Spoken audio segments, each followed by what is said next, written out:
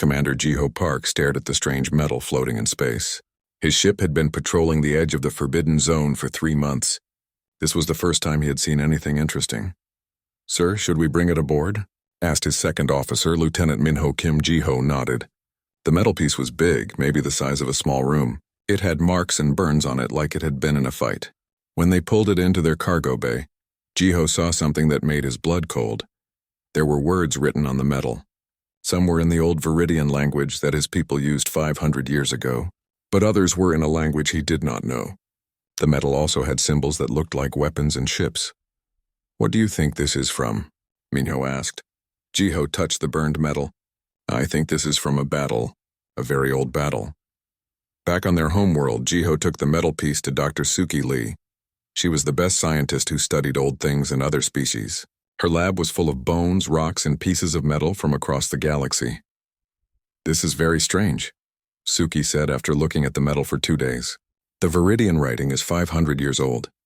But the other language, I have never seen it before. Could it be from the Forbidden Zone?" Jiho asked. Suki's face went pale. "You found this near Terran space?" Jiho nodded. "Right at the border.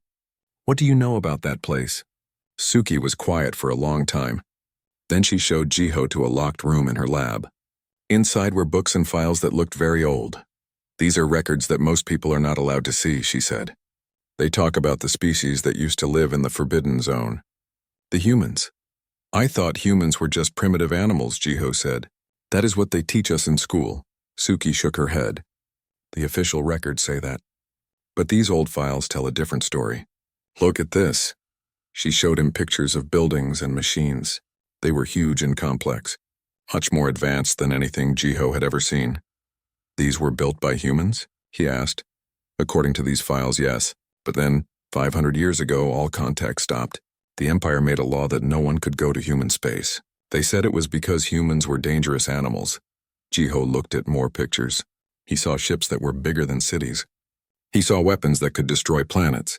None of this looked like it was made by primitive animals. "Dr. Lee, why would the Empire lie about this?" Suki closed the files. "I do not know, but I think your metal piece might be proof that the real story is different from what we were told." That night, Jiho could not sleep. He kept thinking about the metal and the pictures. Why would his people forbid an entire part of space? Why lie about what humans could do? The next day, he went to see Admiral Minho Kim.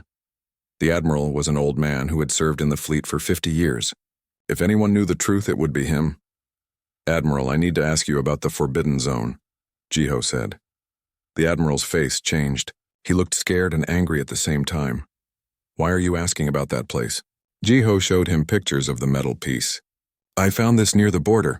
Dr. Lee thinks it might be from an old battle." Admiral Kim sat down heavily in his chair. He looked at the pictures for a long time. "Commander, there are things that young officers like you are not supposed to know," he said finally. "But I need to know, sir. This metal proves that something happened there. Something big." The admiral stood up and locked his office door. Then he went to a safe and pulled out an old book. "This is my grandfather's journal," he said. "He was a commander 500 years ago. He was there when we last had contact with humans."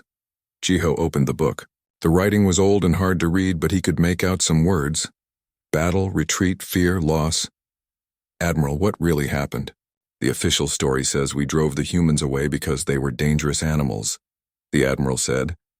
"But the truth is different. We did not drive them away, Commander. They made us leave." Jiho felt cold. "What do you mean?" "We went to their space to conquer them. We thought they were weak and primitive. We sent our best fleets and our strongest weapons." The admiral's voice was quiet. "They destroyed us. Not just defeated us. They destroyed our fleet so completely that we barely had enough ships left to fly home." "But how? Our weapons, our ships, meant nothing to them. My grandfather wrote that human ships moved like they were alive. Their weapons could cut through our strongest armor like it was paper. And worst of all, they seemed to know what we were going to do before we did it." Jiho stared at the journal. "So the Forbidden Zone is not to keep them in, Commander. It is to keep us out. The Empire made that law to protect us from humans, not to protect the galaxy from them. But why lie about it? Why not tell people the truth?" Admiral Kim laughed, but it was not a happy sound. "Because the truth would destroy the Empire. How can we rule the galaxy if everyone knows that there is a species out there that can defeat our entire fleet without even trying. Jiho thought about this. The Viridian Empire controlled hundreds of worlds. Millions of people believed that they were the strongest force in the galaxy. If they knew the truth about humans, Admiral, do you think they are still out there? I do not know, Commander. It has been 500 years. Maybe they forgot about us.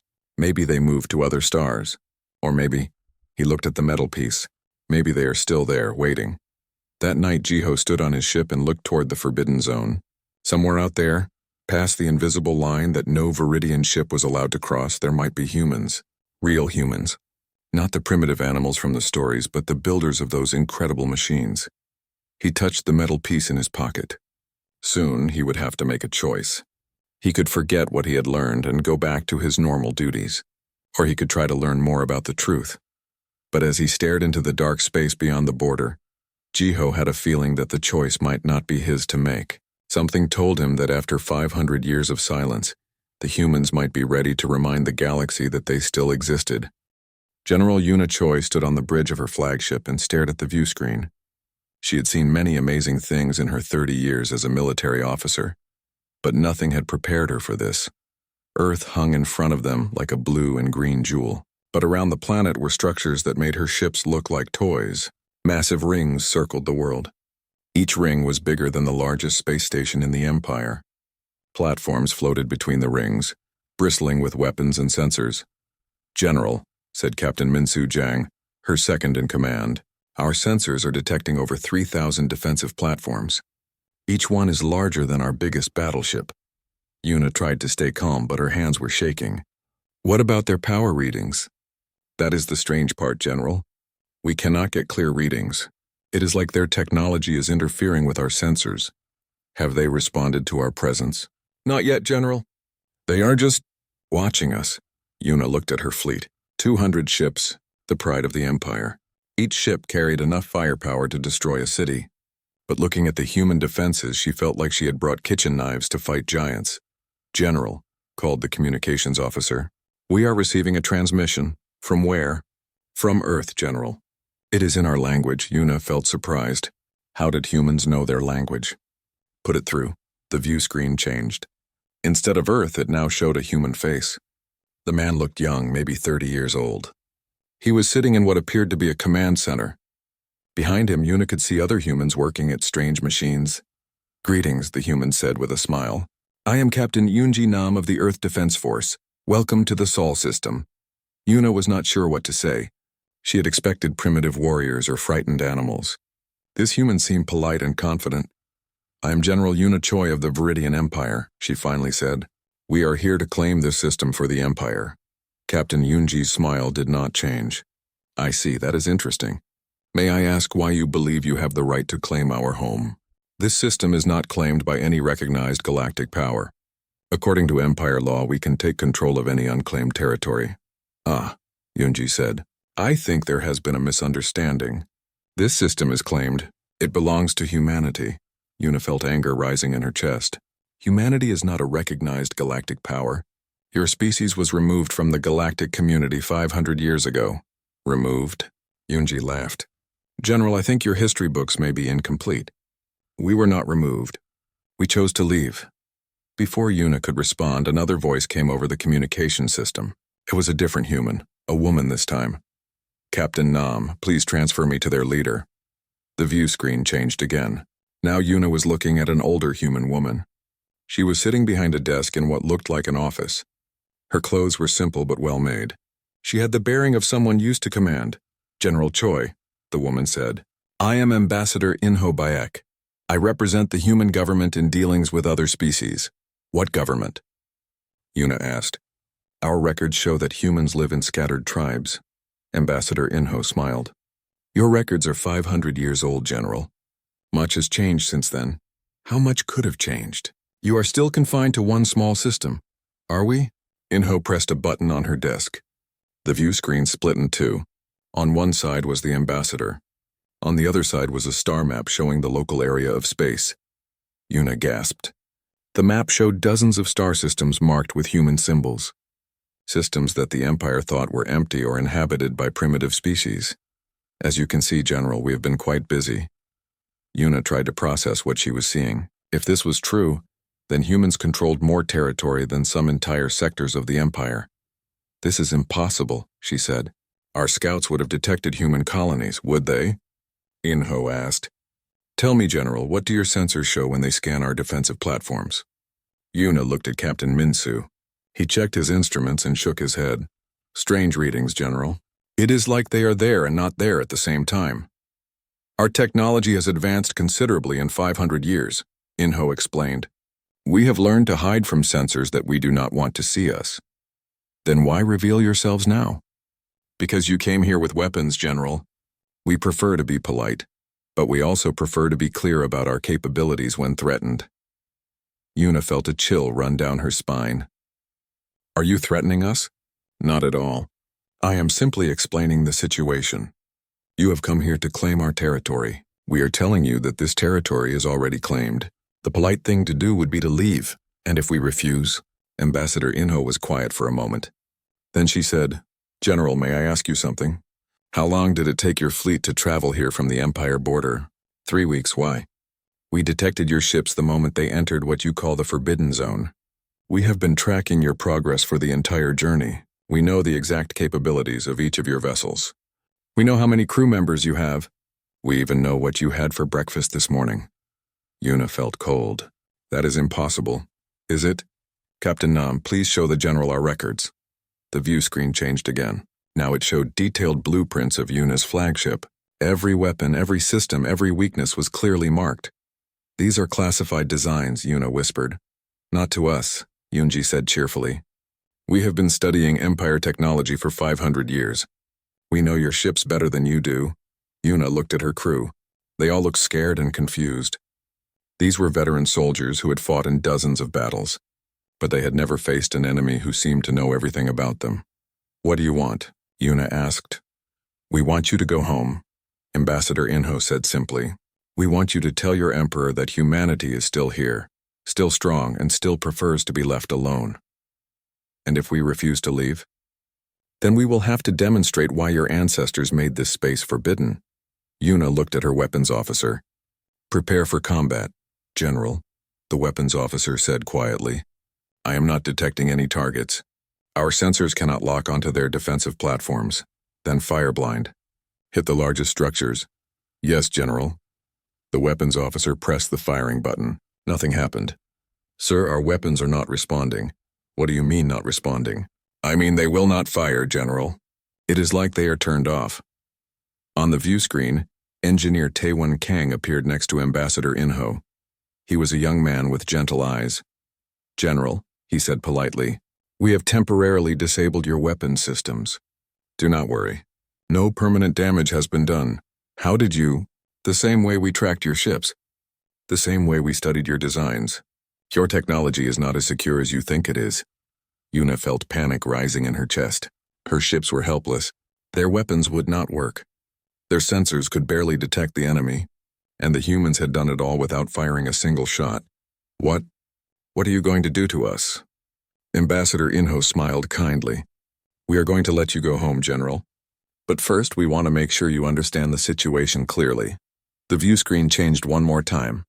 Now it showed Yuna's entire fleet from the outside, but surrounding her 200 ships were thousands of human vessels. Ships that had not been there moments before. We did not want to frighten you, Engineer Taewon explained, so we kept our ships hidden until now. But we thought you should see what you are really facing. Yuna stared at the screen. The human ships were unlike anything she had ever seen. They moved like living things flowing around her fleet like water around rocks. How many ships do you have? She whispered. Enough, Captain Unji said simply. General Choi, please take a message back to your Emperor. Tell him that humanity remembers the lessons of 500 years ago. Tell him that we are no longer the species his ancestors encountered. And tell him that Terran space will remain forbidden until we decide otherwise. Yuna nodded weakly. She had come here to conquer primitive humans. Instead, she had found something that made the mighty empire look like children playing with toys. We will leave now, she said. A wise choice, Ambassador Inho said. Have a safe journey home, General. As her fleet turned to leave, Yuna looked back at Earth one last time. The human ships followed them to the edge of the system. Not threatening, just making sure they actually left. Only when they were back in hyperspace did Yuna realize that the humans had never actually attacked them.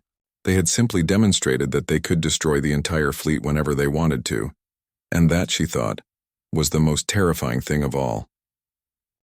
Emperor Daeho Shin stood on the balcony of his palace and looked at the stars. He was young for an emperor, only 40 years old. His father had died in an accident, and now Daeho ruled over 800 worlds and billions of people. But it was not enough. "Your Majesty," said General Yuna Choi as she walked onto the balcony, "the council is ready for your decision." Daeho turned to face her. General Yuna was the strongest military leader in the empire. She had won every battle she had ever fought. Her ships were the fastest and her weapons were the most powerful. "General, tell me again why we cannot expand into the Forbidden Zone," Daeho said. "The old laws say that Terran space is dangerous, Your Majesty. The records claim that humans are unpredictable and violent." Daeho laughed. "General, look at our fleet. We have 10,000 ships. Our weapons can destroy planets. Our armor can stop any attack. What could primitive humans do against us?" General Yuna nodded. "You are right, Your Majesty. I have read the old reports. Humans use simple weapons and fly in small ships. Even 500 years ago, they should not have been a threat to us." "Exactly. I think our ancestors were cowards. They were afraid of their own shadows." Daeho pointed toward the Forbidden Zone. "Out there are dozens of star systems full of resources. Planets with rare metals. Moons with fuel for our ships. We could double the size of our empire. What are your orders, Your Majesty?" "Prepare the 5th Fleet, 200 ships. Our newest and best. We will go to Terran space and claim it for the Empire." General Yuna smiled. "It will be an honor, Your Majesty." After the general left, Daeho went to his private study. On his desk was a message from the Imperial Library. An old man named Yun Wu had been asking to see him. The librarian said it was urgent. "Send him in," Daeho told his guards. Yun Wu was very old, maybe 80 years. He had been the keeper of the secret records for 30 years. He knew more about the Empire's history than anyone alive. "Your Majesty," Hyun said as he bowed, "I heard about your plan to enter Terran space. I must ask you to reconsider. Why? What do you know that my generals do not?" Hyun opened a bag and pulled out several old books. "These are the real records, Your Majesty, not the ones that most people can read. The true accounts of what happened 500 years ago." Daeho sat down. "Show me." Hyun opened the first book. "This is the report from Admiral Jisung Park. He led the first expedition to human space. Listen to what he wrote. The humans fight unlike any species we have encountered. They adapt to our tactics within minutes. Their ships move in ways that should be impossible. When we destroyed one of their vessels, 3 more appeared to take its place." "That could be exaggeration," Daeho said. "Defeated commanders often make excuses." Yun opened another book. "This is from Commander Somin Lee. She was there during the final battle. She wrote, 'We came with 500 ships. We returned with 12. The humans did not just defeat us, they played with us. Like a cat plays with a mouse before killing it.'" Daeho was quiet for a moment. "Even if this is true, that was 500 years ago. We are much stronger now. Your Majesty, may I show you something else?" Hyun pulled out a metal tablet covered in strange markings. "We found this floating near the edge of Terran space last week. One of our patrol ships brought it back." Daeho took the tablet. It was warm to the touch and seemed to glow slightly. The markings were unlike anything he had ever seen. "What is it?" "We believe it is a message, Your Majesty." "A warning? A warning? What does it say?" Hyun looked uncomfortable. "Our best language experts have been working on it for days. They think it says something like, 'Still here, still watching, still waiting.'" Daeho set the tablet down. "You think the humans sent this?" "I think they have been watching our border patrols, Your Majesty. I think they know we are considering entering their space." "Impossible. Our ships have the best sensors in the galaxy. Nothing could watch us without being detected." Hyun was quiet for a long moment. Then he said, "Your Majesty, what if our sensors are not as good as we think? What if humans have learned to hide from us?" Daeho stood up and walked to the window. Outside, he could see the lights of the capital city. Millions of people lived there. They all believed that the Empire was the strongest force in the galaxy. "Hyun, even if everything you say is true, I cannot back down now. The Council expects me to expand our territory. The people expect me to make the Empire grow. Your Majesty, please, give me time to research more. Let me find out what really happened 500 years ago." You have 3 days, Deho said. Then the fleet leaves. For the next 3 days, Hyun worked day and night. He read every old record he could find. He talked to the families of officers who had fought humans long ago. He studied every piece of evidence about human technology. What he found made him sick with fear. On the 3rd day, he ran to the palace. But he was too late. General Yuna and her fleet had already left for Terran space. Hyun found Emperor Daeho in the war room, watching reports from the fleet. Your Majesty, you have to call them back, Hyun said. Why? What did you find? Hyun spread papers across the table. The humans were never primitive, Your Majesty. 500 years ago, they had technology that we still do not understand. Ships that could repair themselves. Weapons that could think. Armor that could adapt to any attack. You are talking about fantasy, Hyun. No, Your Majesty. I found technical reports. Our scientists studied the wreckage of human ships.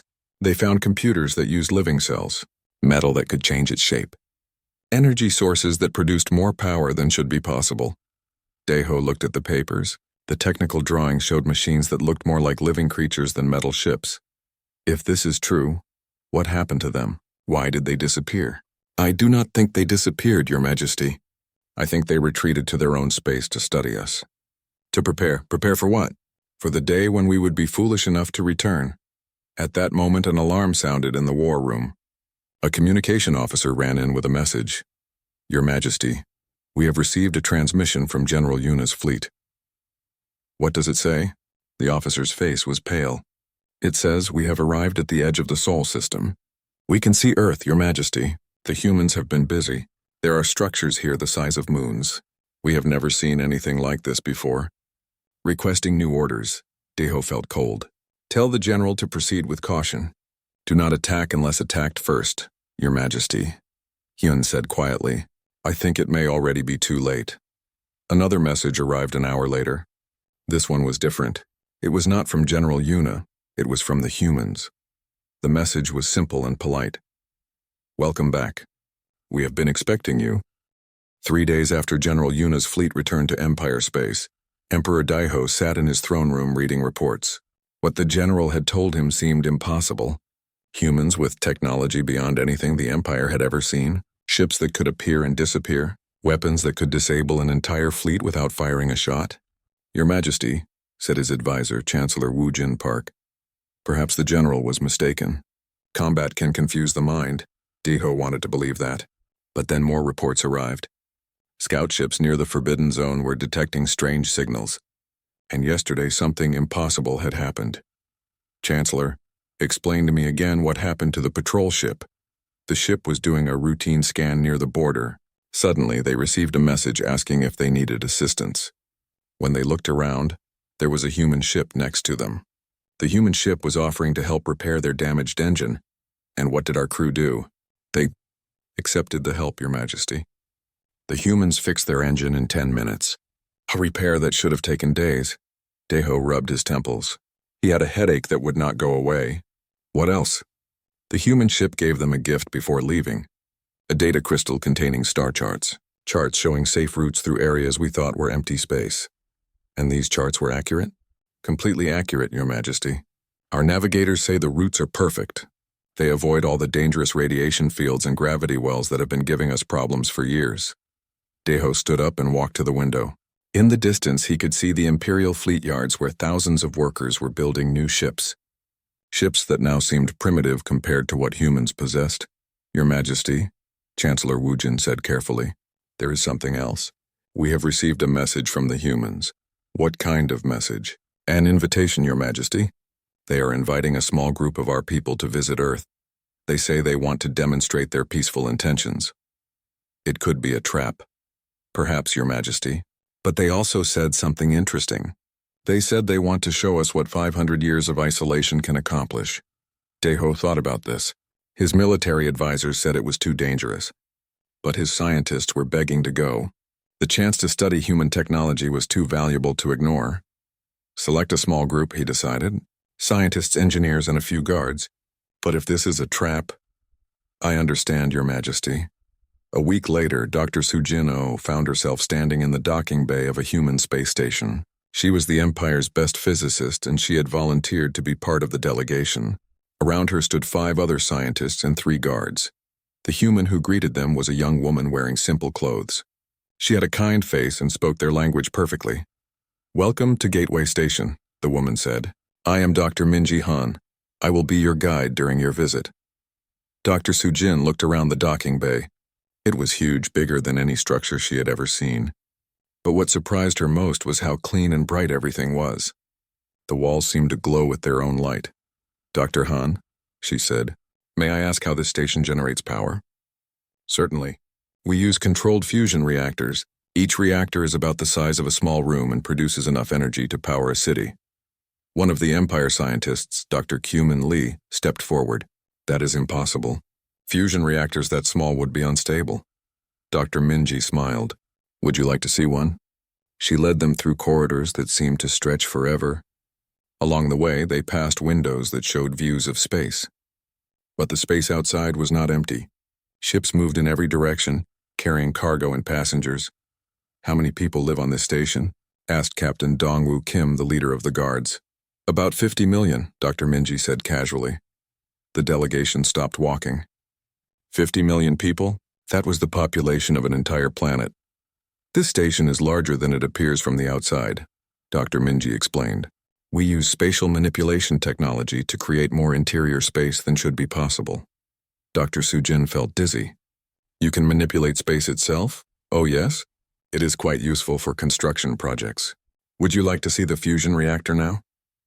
They took what Dr. Minji called a transport pod. It moved through tubes that ran through the station. During the ride, Dr. Sujin saw things that made her question everything she knew about physics. They passed workshops where robots that looked almost human were building machines. They saw gardens where plants grew in impossible colors under artificial suns. They watched ships being constructed by fields of energy that shaped metal like clay. "Dr. Han," said Dr. Kuman nervously, "how did humans learn to do these things?" "Trial and error," she replied. "When you are isolated for 500 years, you have time to experiment. You also have motivation to improve." They arrived at the fusion reactor chamber. Dr. Sujin expected to see a massive complex of machines and control systems. Instead, she saw a small cube floating in the center of a simple room. "That is it?" she asked. "That is it. The cube contains a pocket of space where fusion reactions occur continuously. The energy is extracted through quantum field manipulation." Dr. Sujin stared at the cube. According to everything she knew about science, this was impossible. "May I scan it with my instruments?" Of course, Dr. Sujin activated her portable scanner. The readings made no sense.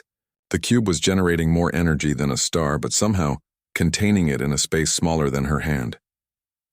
"I do not understand," she whispered. "Would you like me to explain the principles?"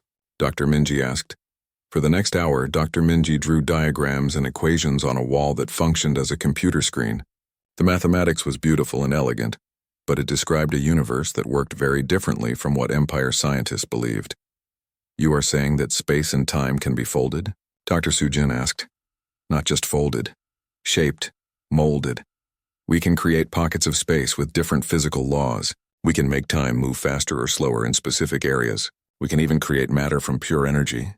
Dr. Kuman sat down heavily. "This changes everything. Everything we thought we knew about the universe is wrong." "Not wrong," Dr. Minji said gently. "Just incomplete. Your science is like ours was 500 years ago. Solid, but limited." "How did you advance so far so fast?" asked Captain Dongwoo. "Necessity. When your species forced us to leave the galactic community, we had 2 choices. We could remain stagnant and eventually die out, or we could grow beyond anything we had been before. And you chose to grow. We chose to survive. But in learning to survive, we discovered that the universe is much more flexible than anyone imagined."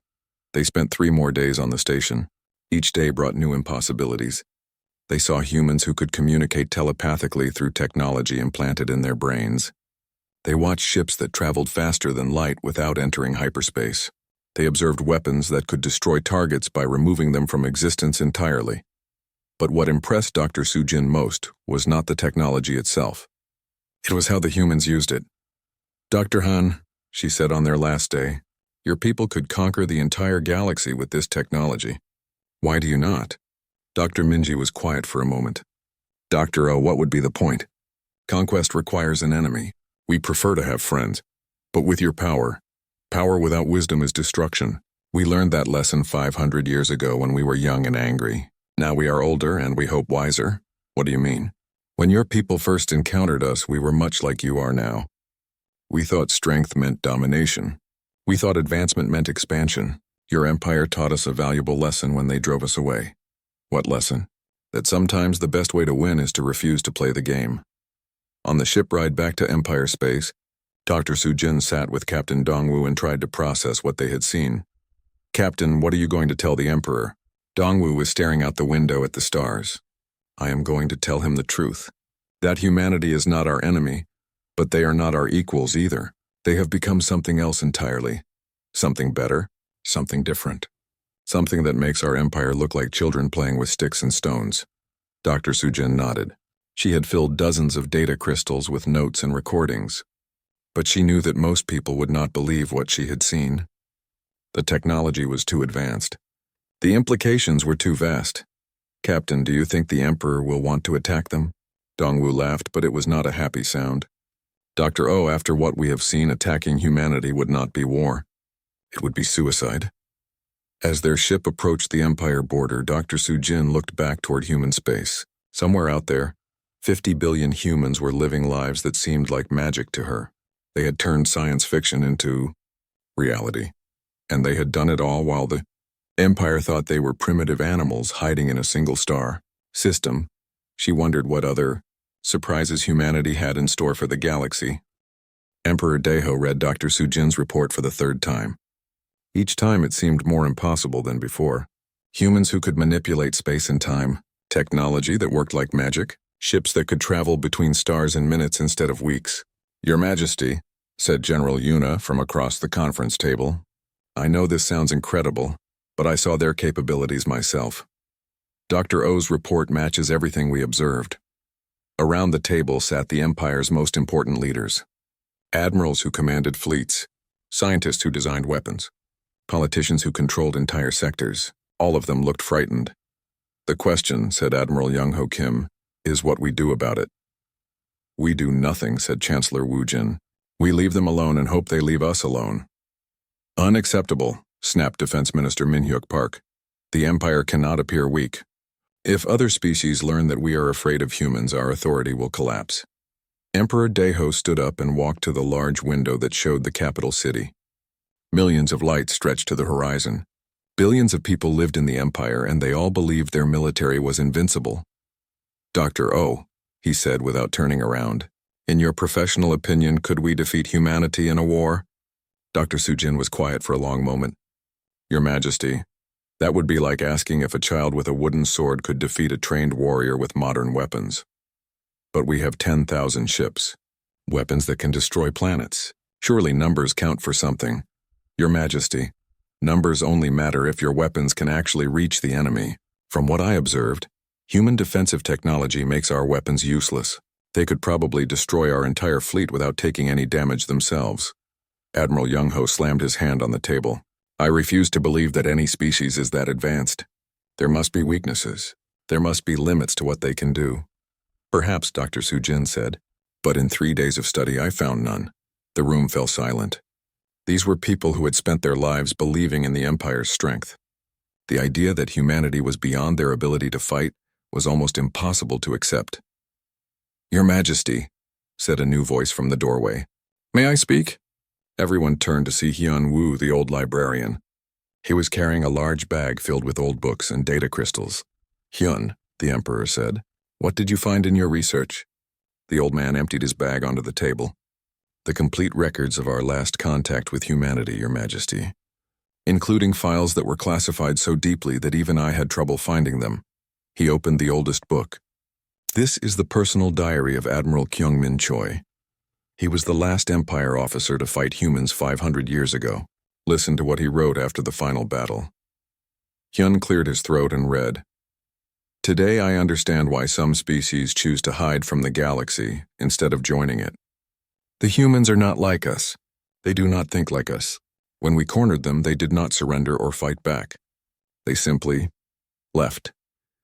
They took apart their own cities, loaded everything onto ships, and disappeared into deep space.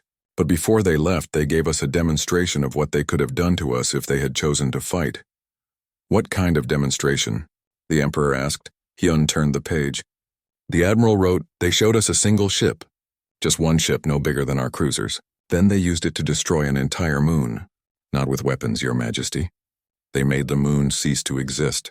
One moment it was there, the next moment there was nothing but empty space. The room was completely quiet. The Admiral concluded his diary with this warning. Hyun continued, if humanity ever returns to galactic space, we must not oppose them. They have moved beyond the need for war, but they have also moved beyond our ability to survive their displeasure. Emperor Daeho sat down heavily. Why was this kept secret? Because the truth would have destroyed the Empire's authority 500 years ago, just as it threatens to do now. Your Majesty, interrupted an aide who had just run into the room. We have received urgent messages from across the Empire. Border worlds are reporting strange ships in their space. What kind of ships? Human ships, Your Majesty. They are not attacking. They are just there, watching. Emperor Daeho felt cold fear in his stomach. How many ships? Reports are still coming in, Your Majesty. But so far we have confirmed sightings in 37 different systems. Dr. Sujin spoke quietly. Your Majesty, I do not think those are invasion forces. Then what are they? I think they are messengers. The humans are telling us that they know what we are planning. What do you mean? Your Majesty, while we have been debating whether to attack them, they have been preparing for that possibility. Those ships are probably there to deliver a message if we make the wrong choice. What message?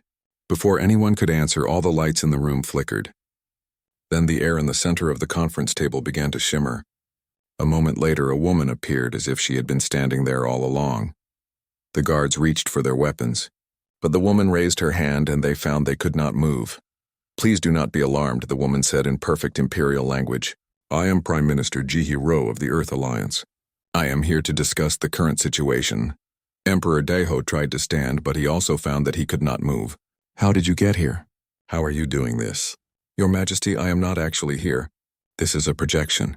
As for how I am restraining your movement, consider it a safety precaution.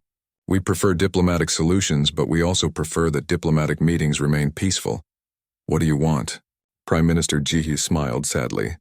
We want what we have always wanted, Your Majesty. To be left alone. But it seems that every few centuries someone in the galaxy decides to test whether we are still as dangerous as our reputation suggests. We have made no aggressive moves against your people. Have you not, Your Majesty? 3 days ago you began mobilizing your entire military fleet.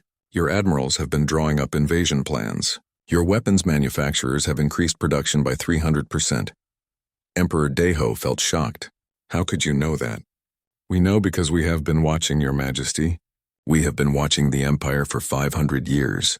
We know about every ship you build, every weapon you design, every plan you make. If you have been watching us, why reveal yourselves now? Because your current plan concerns us. You are preparing to attack our space with 10,000 ships. That would force us to respond, and we would prefer to avoid that outcome. General Yuna found her voice. Are you threatening us? Prime Minister Jihi turned to look at her. General Choi, you have seen our defensive capabilities. Do you believe we need to threaten anyone? General Yuna was quiet. Your Majesty, the Prime Minister continued, we are going to demonstrate something for you. Not as a threat, but as an education.